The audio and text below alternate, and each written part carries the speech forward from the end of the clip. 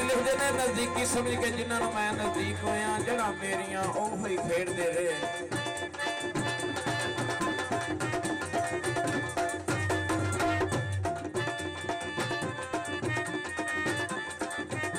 नजदीकी समझ के जिन्होंने मैं नजदीक होया जड़ा मेरिया खेड़ते रहे तेरे सी उल्फत प्यार वाली मैं वरतदा रहा ओह देड़ते रहे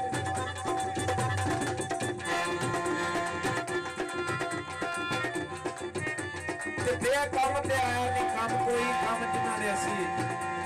और निबेड़ते रहे तिना सखरियां वे कसूर वंडा ने खूब गल गेड़ते रहे।